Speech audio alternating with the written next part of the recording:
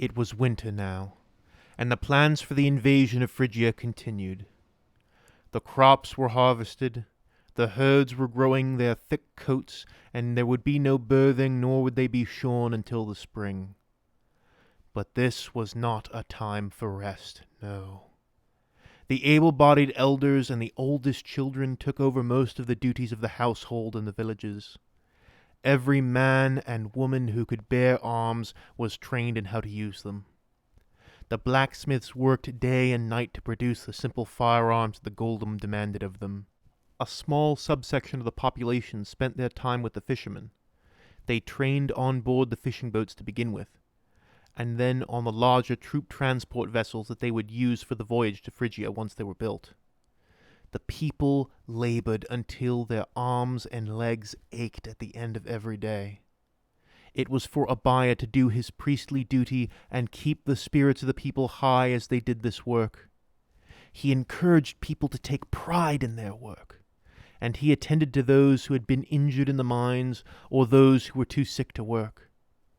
Even the very old and very young were given the simple task of picking oakum for caulking on the ships. Everyone was included, and everyone helped move the gears of the Emperor's great machine as directed by the priest and the golem. The raids mostly ceased during the winter months, when storms whipped across the great sea and dashed ships against the shores. This also interfered with naval training.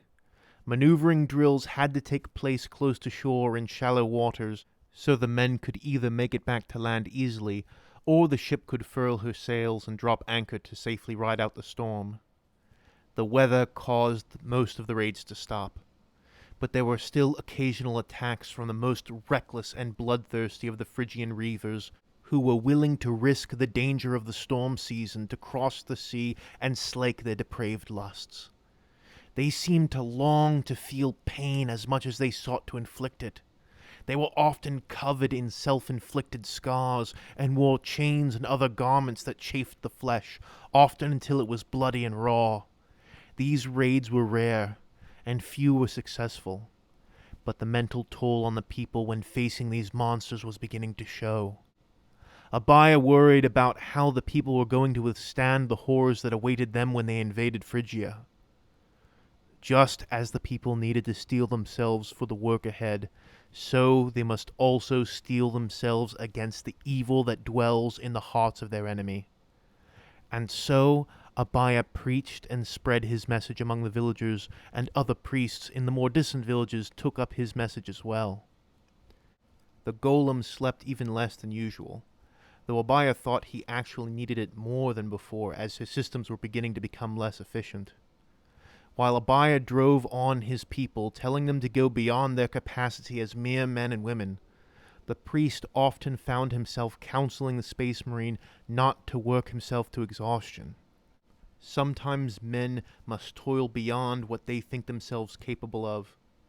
Sometimes men must rest, or else their senses will be less sharp and their minds less keen, and their work will suffer. As the end of winter approached, Abaya and the golem stood atop the cliffs at the edge of the Ashkenazi lands and gazed across the coast. They could see the ships dutifully performing their drills along the water's edge.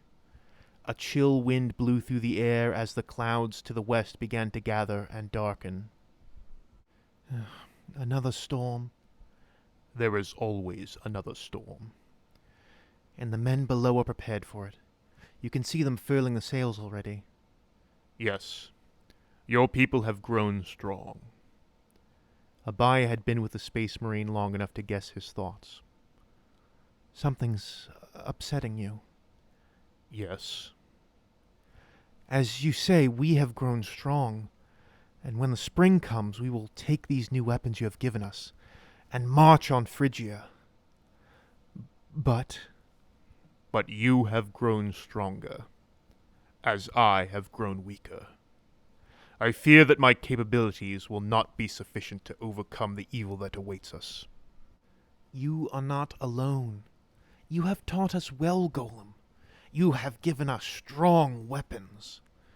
Captain Fanuel, without warning, grabbed the rifle slung across Abaya's back and pointed the barrel at his chest and pulled the trigger before the priest could even react. The ceramite of his armor was barely scratched. "I can give you powerful weapons to give you an advantage against the mortals you will face. But only I can defeat the evil one at the heart of this empire of decadence." Abaya was shocked. He had seen the golem fight before and come out unscathed. But he had thought his rifle to be a masterpiece of craftsmanship that could penetrate even the mighty armor of the Space Marine. "No weapon on this planet can harm the great enemy save what I carry. And I fear that I have come to doubt the maxim of my chapter." "The flesh is weak." "Yes, the flesh is indeed weaker than steel. But now I find myself at the mercy of time and degradation. Steel may be stronger, but steel cannot heal itself. Steel does not grow stronger with use." "This is hard for you to say." "Yes. For hundreds of years, I have seen the 1,000 natural shocks that the flesh is heir to. In every circumstance I have found myself in, steel has always been superior and resilient. It is unfortunate that I must learn of my weakness now. By the Emperor's will, we shall march against Phrygia and bring an end to this nightmare.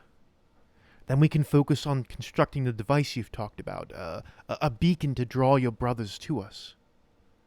"Yes. One way or another, this will end with the coming of spring." As Captain Fanuel said these words, the first drops of rain began to fall, and the winds became strong and bitter. Abaya laughed nervously. "Well, in this case I think steel is the winner. My flesh is telling me that I should find some shelter before this rain chills me to the bone." "Do so, priest. I wish to stay a little longer." "Suit yourself. I've arranged lodging for us at Shepherd Eli's home. They'll have supper ready for us soon." "Abaya?" "Yes, Captain Fanuel." "What shall we do if the strength of steel fails?" "Well, what is stronger than steel but the Emperor? It is in him that we should put our trust." "That is very wise." "I can't claim credit for that one. That was one of old Methuselah's sayings." "You can claim credit for recognizing the value of such wisdom. So be it. I will march as far as this body will take me. Beyond that, the Emperor's will be done." Amen. We shall see what comes with the spring. No man do they call me. My mother and my father, and all my comrades as well. Thank you all for listening to this week's episode of Heart of Iron.